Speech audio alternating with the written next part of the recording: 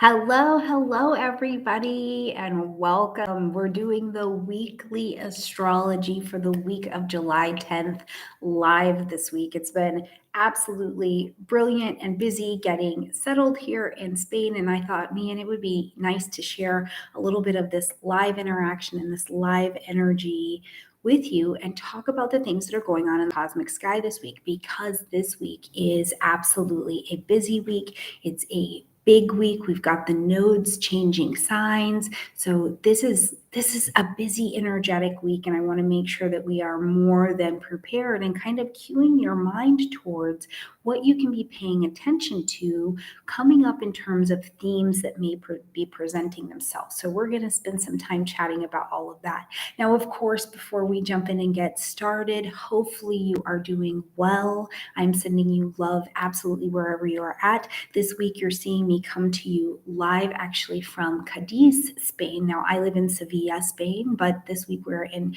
Cadiz, Spain on a little bit of an adventure, and you'll get to see me in just about a week from now, actually coming to you live from Africa. We'll be down in Morocco and so on and so forth. So this week, lots and lots of love to you right here, sending you some of this beautiful sea coastal energy from Cadiz, Spain.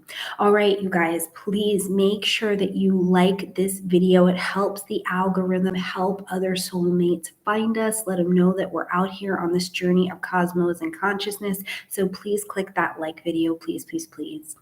All right, let's jump in and talk about what this week has to offer. Now, first and foremost, coming into this week, we kind of are coming in with a burst of changing energy. So right away on Monday, okay, we're going to see Mars moving into the energy of Virgo.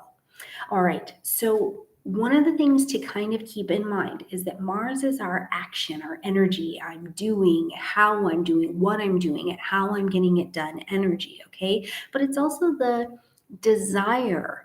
I desire to do this planet. Now, Mars brings inflammation and conflict where it's at when it needs to, okay? So as Mars, our action planet, moves into the double energy of Virgo, and I call it a double energy not because it's air, but because it's mutable. So mutable energy can be found kind of going this, like maybe it's this, maybe it's this. So one of the things that I want to key you to immediately with Mars moving into that Virgo movable, mutable energy like that is that it can inflame your nervous system. It can inflame your anxiety because it can feel like, should I do this or I shouldn't do this, right? So it can bring an inflammation of worry as mutable energies tend to be prone to. So I want you to be mindful of that this week. And I want you to be mindful of it this week as Mars comes in, but then to watch it as we're traveling with the transit here. What is going on with your neurological system? Are you giving yourself time to action Mars? Take a rest. Give yourself a breath, right? Stop worrying about what you can't do and be discerning like a Virgo energy and put your fingers on what you can get done, what you can control. All that you can control is right here in your sphere, right? This kind of thinking. Also, if you already struggle with anxiety or you already struggle or suffer with neurological challenges, I just want you to be mindful of the things that you are consuming in your body this week as well, because it really is a season where Mars can bring that inflammation and that conflict. So do your best if you can to not help any of the challenges along. Now, other ways to use and to think about this energy all the way until we get to August is that Mars in Virgo is methodical, right? It's methodical, but it's really also, it's like, I need to do this, I need to do this, I need to do this, because Virgo is an earth energy, but it is also discerning and precise. And when a routine needs to be done or it needs to be kept, Virgo is your energy to be able to do it. Now, if you can use the assertiveness of Mars to get the routine and mundane things done in very practical ways that need to be done. This is going to really help you this season. And to also keep in mind that Mars visits this area of your chart. It's not like a once a decade kind of thing. You can even flash back in your cycles. When was the last time Mars was in this area of your chart? Do you have Mars in Virgo, right? You might be having a Mars return. Like, what does the energy look like for you? Because whatever it is, getting clear, getting concise, and then also making sure that what you are doing, the desire that you have to do something, comes from that position and that space of being more of the servant leader instead of the nitpicky, critical, I have all of the answers and only I have all of the answers place. This is a phenomenal use of this Martian energy. So you can watch for those things all through the cycle, okay? So that's a lot just to even get us started on Monday. Next, we're going to see Mercury come into this opposition with Pluto. Okay. So keep in mind that Mercury is not retrograde yet, okay? We're not in that portion of the cycle just yet, but Pluto is retrograde back here in this energy of Capricorn. So as Mercury and Pluto are in opposition, they are pulling against each other. So we've got the mind, my communication, my thinking, my decision-making. And Mercury brings, when it is direct, new information to whatever situation it's engaging. Keep that in mind, bringing new information. Now, Pluto is on the other side, right? And it's retrograde. So it's already seen what it is around. Capricorn things, structures, old authoritarian beliefs, struggles with authority, routines, things like that that don't work for you anymore. So Pluto's already worked on this and is having a review.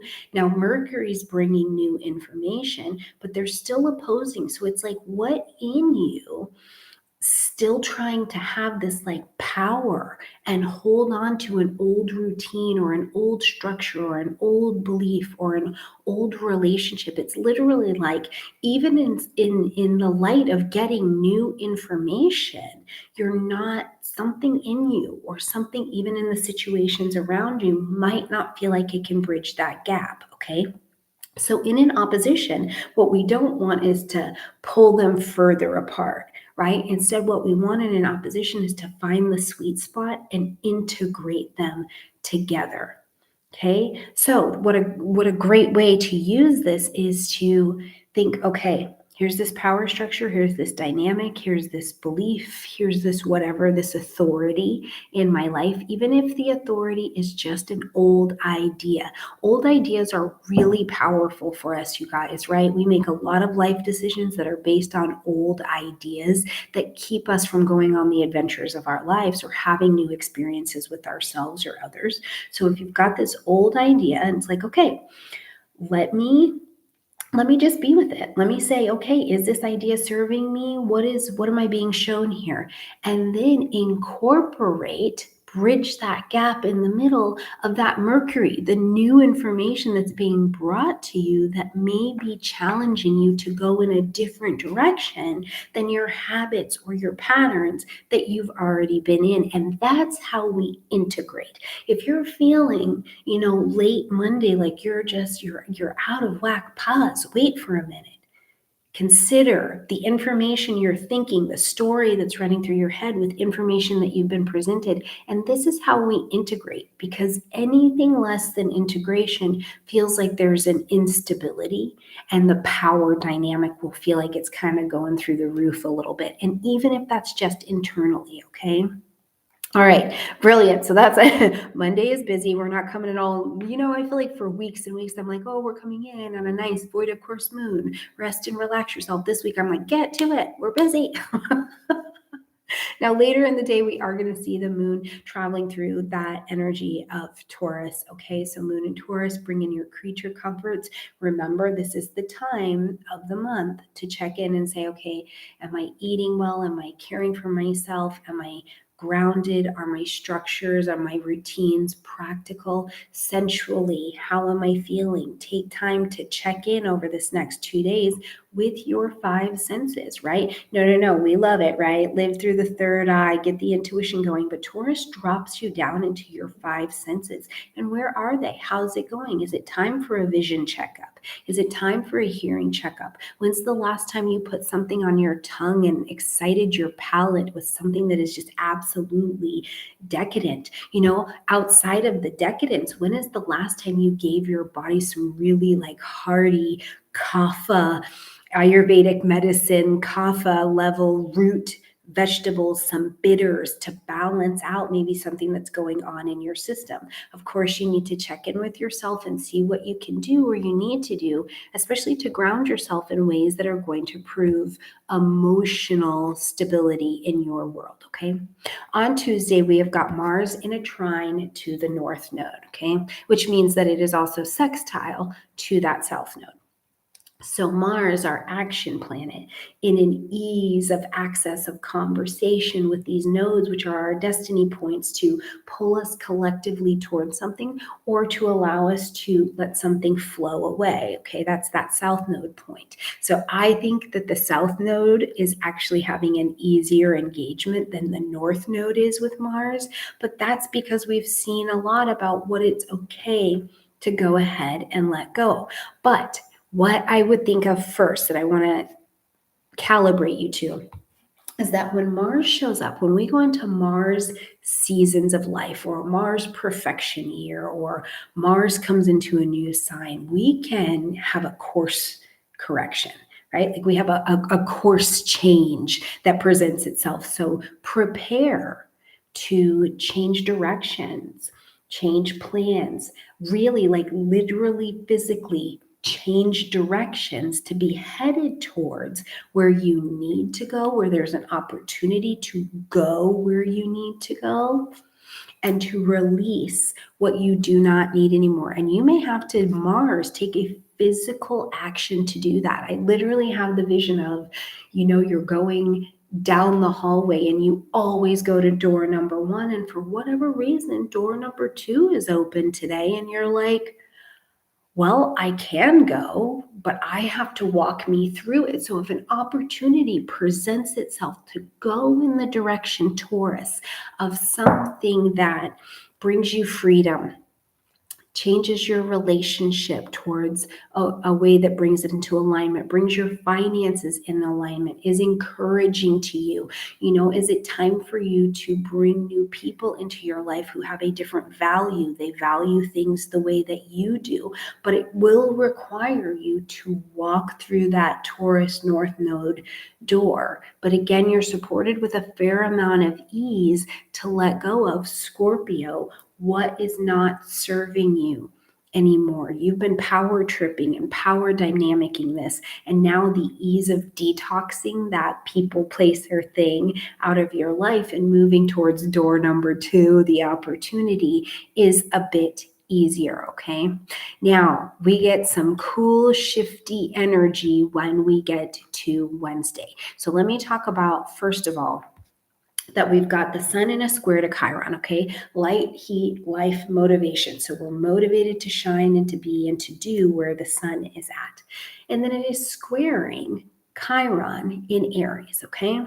So your motivation is squaring a new identity and an identity wound. So the first thing that comes to mind for me is for you to remember that developing this new identity that Chiron has brought, where there's been a lot of healing from the wounds, there's been a lot of moving forward, there's been a lot, I think, of you understanding that you get to be a different person, that you are a different person, right? And really bringing that up and out, but it takes some time to just fully integrate that. That's the human experience. So you're motivated over here to do and to be and to go in this direction and to shine your light like this, and you've kind of got this mini imposter syndrome or this little doubt that is showing up. Now, the square between the sun and Chiron, remember the square is the 911 of our aspects. So it says you need to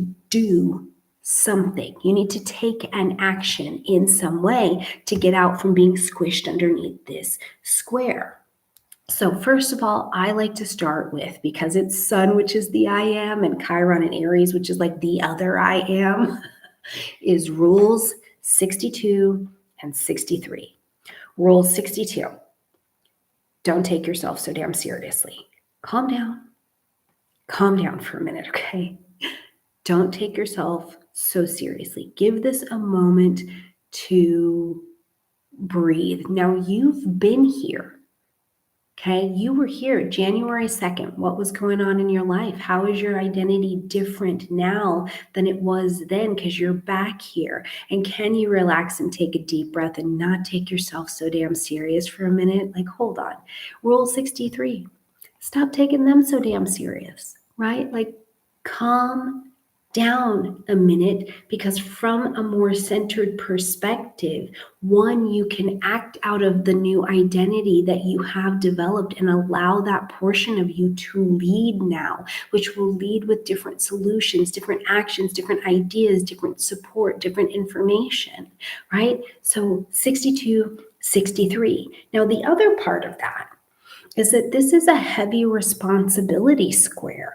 Where do you need to step up and take responsibility for who you are, what you're doing, what you've done, what you haven't done, and where you can be going, right? This is a responsibility place, because, it's kind of this idea that if you are born to human beings, it turns out you have some wounding somewhere. You have some wounding, right? And it's not because your parents were bad, because you were bad. These things may be true, but it's the nature of how human conditioning and human experience rubs on one another to get us to grow in this human experience. So there's a hurt somewhere, right? But from where you are today, in the best way that you are capable to do so, it is your responsibility to start where you're at, grow where you can, right? That's a big responsibility square to be faced with. And I think it's also one that is absolutely delightful. Now, some of the things that I think about with the taking the responsibility, which will really be supported by the nodal movement that happens later in the day, is, where have you wronged people? I think we are wonderfully good at, listen, humans are really good. We're good at being like, well, they wronged me. You know what? Let me tell you what they did to me, right? I'm phenomenal at it. Oh my God, I can spot how you have wronged me like that. But to come from it with fresh eyes and a new pair of glasses and say, oh man, I was going through that situation, and here was my part in it. Here is how I participated. And sometimes, right, and this is vast and varying, sometimes what we find out is that the only way we have participated in the drama in our worlds is that today we are just still continuing to give it fire and to give it fuel. And that's a really interesting place to find ourselves, because it's like, what about keeping the wound fire burning is actually doing something for you? It's like a power that you're able to use like fuel to get out of bed, because are you afraid to release it? Right? What happens if I release this? Well, who will I be? Will I be like the hole in the center of the donut? Like, what will happen to me if I'm not mad at Bob? Poor Bob. I say Bob like every week. Bob is always the example name. I'm moving on to Timothy or something. I don't know. But whatever it is, you get the responsibility of taking a look at that under this particular aspect. Now, we are also going to see that the moon's mean node, okay, and we have to be specific about that here, because you'll go out and you may hear content, and if you're newer or you didn't know that there's a true node and there's a mean node, so they are two different things. And so you'll watch and see that they are moving in different degree points and things like that. So as what I'm talking about is I am talking about the moon's mean node, is going to be leaving the energy of Taurus and moving into Aries. Now, with the rest of the planets, as we watch them, they move from 0 to 29 degrees, right? We watch that every month, all the time. The moon is just whipping and zipping, so we see that. But when we're dealing with the nodes, this is an inside job, right? We work on this internally at the level of the soul, at the level of the collective. So it moves backwards. It moves in this retrograde fashion. So when we're talking about this, we're talking about moving from 29 degrees. So if you've got a 29-degree node in your chart, you're relatively new into that nodal experience, as opposed to sometimes when you look at a chart and you've got a sun at 29 degrees, it's like you've really learned a lot of lessons about that particular sign. With the nodes at 29 degree, you're pretty young, so you're still learning into it, because we'll watch the nodes move from 29 to 0 and then advance into the next sign. Okay, so that's one of the ways that I like to think about it. Either way, on the 12th, we have got the moon's mean node moving into the energy of Aries. So the north node in Aries, the south node in Libra, and they are going to stay in this place essentially until 2025. Okay. So when we are watching the nodes shift, we're not only watching it for ourselves. This becomes a destiny move for the collective. This is where we are attempting to go. We are attempting to go towards that Aries North Node and bring in more of these qualities, because we've potentially overused some of the Libra South Node qualities. And essentially we do want, because they work in opposition, a really nice integration. But first we need to kind of see where we've maybe overdone some of the Libra qualities, okay? And so, let me say this too before I jump into this, but on a personal level, what you can do is go back into your chart and look into the window of about 2005. What was going on in your life? What did you decide to do? What did you decide to Aries? You were like, I'm doing this.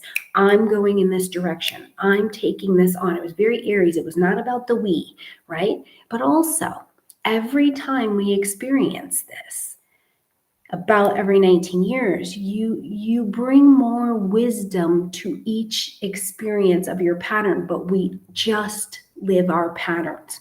So I want you to know, first of all, you've already been here. What was your story? What was your story? You can find it if you go back into your pattern, and maybe you did more we last time and you ended up with a lot of we, a lot of relationship, a lot of another person, and you weren't able and capable at that time to make the Aries decision. I choose this, okay? So go back into your own pattern and story, because you just live your patterns. So what was happening for you? Some of you will have a north node in Aries, you're having a nodal return. Some of you will have a south node in Aries. You are having an inverse nodal return. And I've got a beautiful video that I did several years ago talking about those two. I'll make sure I link it at the end of this live, okay? So you can check that out and see what it's all about, because it's a big deal. Okay, but so what are we doing here? So let's start at the south node in Libra. My God, and we're only on Wednesday. So the south node here in Libra is really, like I said, about we've overdone this. We've used this a whole bunch, and now we need to develop the other side of these Aries qualities, not so much in Libra, okay? So in Libra, a lot of what we've been doing is the we. It's about us. It's about, okay, well, what needs to happen here for us to be okay? This is, how do I make peace with things? Because remember, Libra is ruled by Venus. It's a Venus air energy, and it does not want conflict, because it just wants peace. Libra will go for peace, will go for justice, right? So you're going to see more qualities of that kind of living going on? Where is there a lot of compromise? Where do you feel like you can see the qualities in yourself, in your life, in the collective, where we've compromised our own voices? Where were you like, oh, I don't really want to do that, like, deep down, the truth. I don't want to do this. I don't want to be a part of this. And outwardly, you're like, oh, that would be great, right? Where do you have some of that going on? Where have we seen that happening in the world, right? That is absolutely some of the things that we are moving away from. And instead, we're trying to encourage and rise up more of these Aries qualities, which is like, no, I've learned the lessons at the super powerful we, and now I'm moving towards the me, the warrior, the I. I would like to do this. I would like to take this on. I would like to go this direction. I'm doing this because this is what is right for me, right? And it is not the permission slip to go be terrible. And it is not the permission slip to use Aries as an excuse to be selfish and to do damage, right? It is the permission slip for courage and to ask yourself the truth. What do you want to do? When somebody invites you to do that thing, are you just being polite and saying yes, and your whole everything is lighting up and you're like, I really don't want to do that? Have courage and say, you know what? I don't think so. I don't think that's what's right for me today. I would not like to do that, right? Where are you compromising yourself, your worth, your value, your I in what you're doing? And this can be subtle. Sometimes I think we can take it to the extreme where it's like, oh, I'm with this person who's just not in alignment with me, or I was out, I was drinking, I was doing drugs, and I was really compromising myself. I really wasn't, we can take it to kind of the extremes. But let me ask you, in your life, in your home today, where are you lost?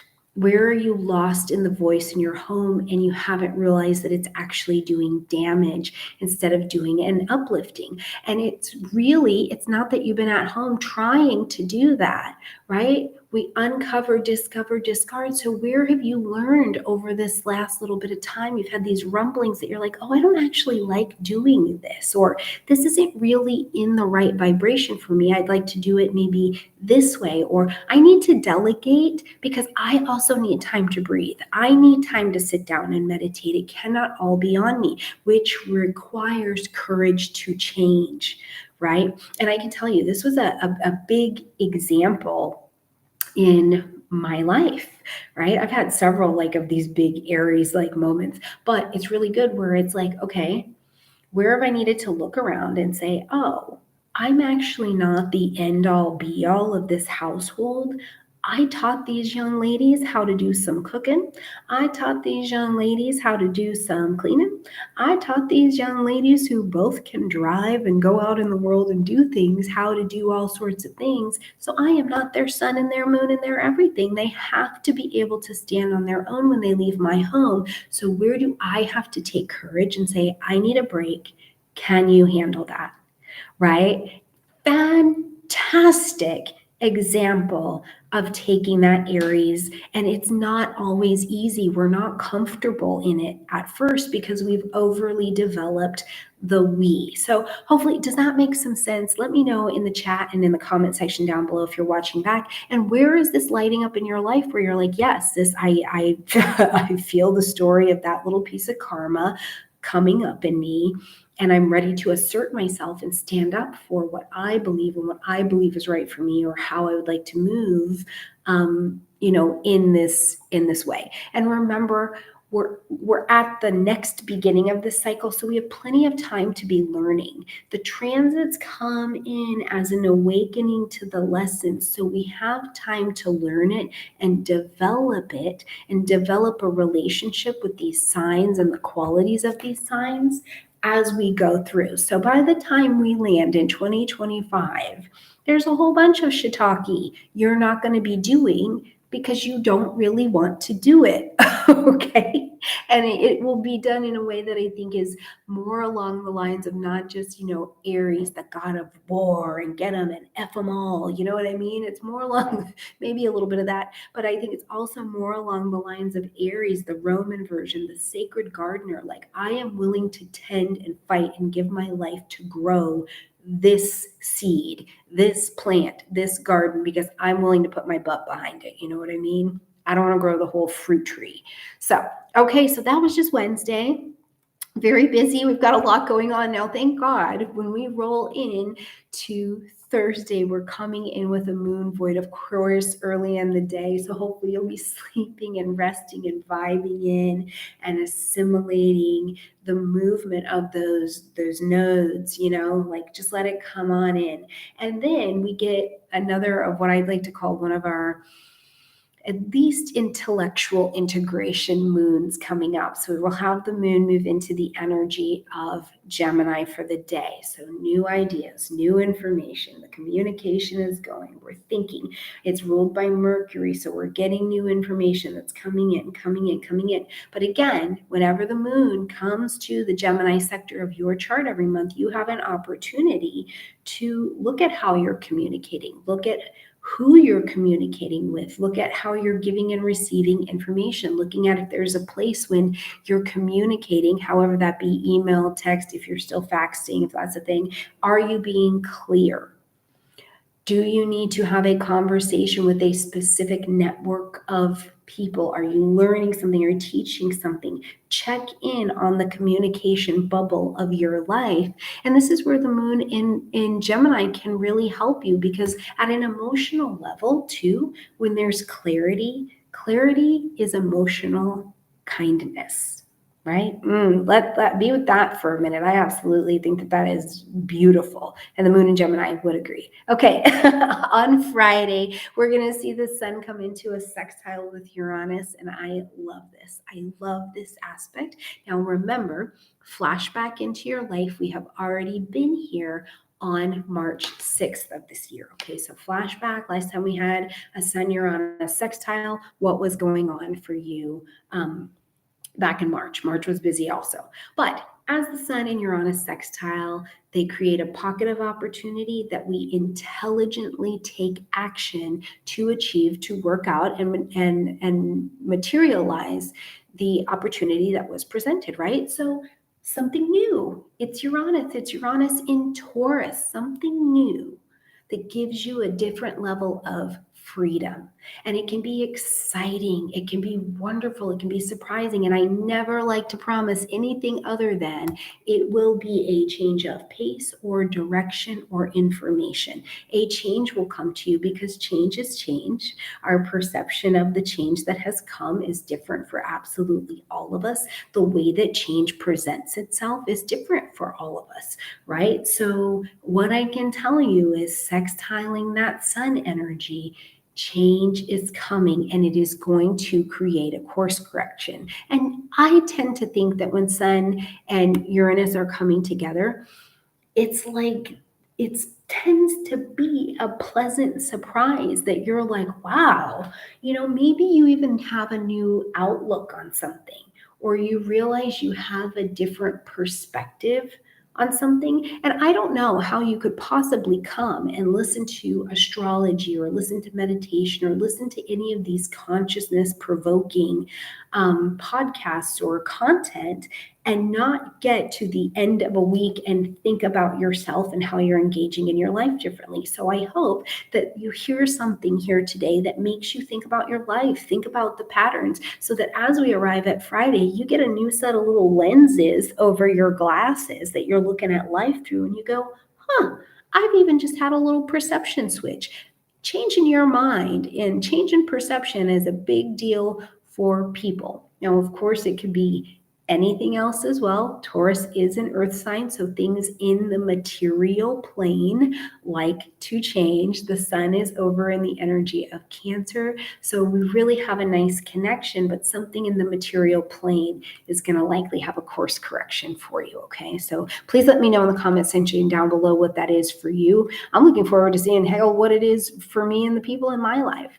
As we roll into Saturday, we're going to have the moon come into void, of course, like late morning time, okay? So enjoy that. Rest, rejuvenate, finish things. Saturday, if you don't need to be starting anything new, it's been a busy, energetic week, reground, assimilate. Mars is still in Virgo. Take care of your worry, your anxiety, your neurological system. We're going to see the moon come into the energy of Cancer later in the day, but before we do that, just rest, bring things to a close, and enjoy some of the stillness.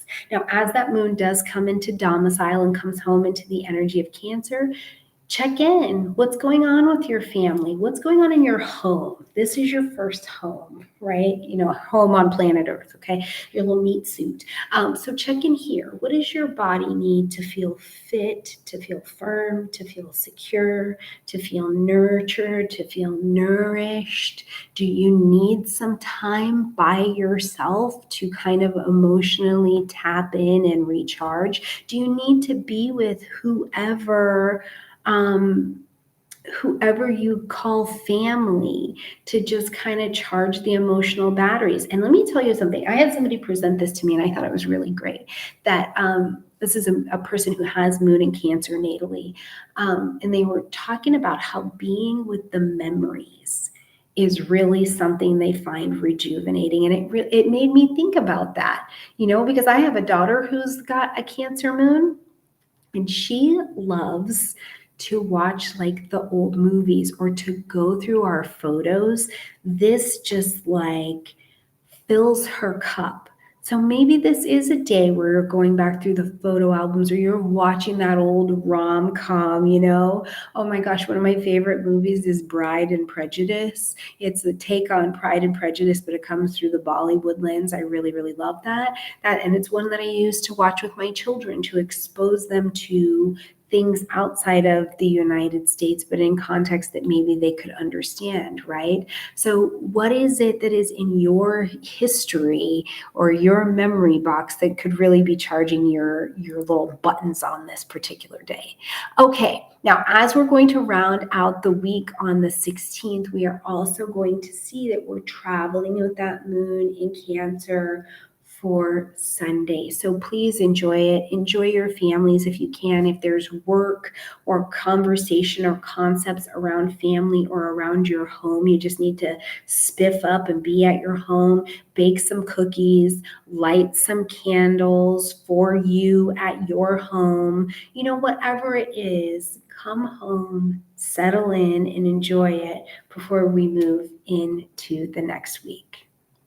All right, my absolutely beautiful friends, thank you for a little bit of live time with you today. And I'm sorry when we go live, I have to be without the slides. So hopefully, though, everything made a little bit of sense to you tonight. Well, it's tonight for me. It's like, what time is it? It is 12 o'clock in the morning here in Spain. So hopefully this just gives you a little bit of guidance this week. Like this video, comment, and thank you for joining me in the chat. I love seeing your comments. Let me know what surprises and delights come up for you this week, or anything else that happens for you as well, okay? All right, you guys. Oh, and hopefully you also got to check out the astrocartography interview that I did with Anchi Summers. And if you want more astrocartography, you want us to go deeper, you want to know more, let me know that in the comment section down below under that video as well.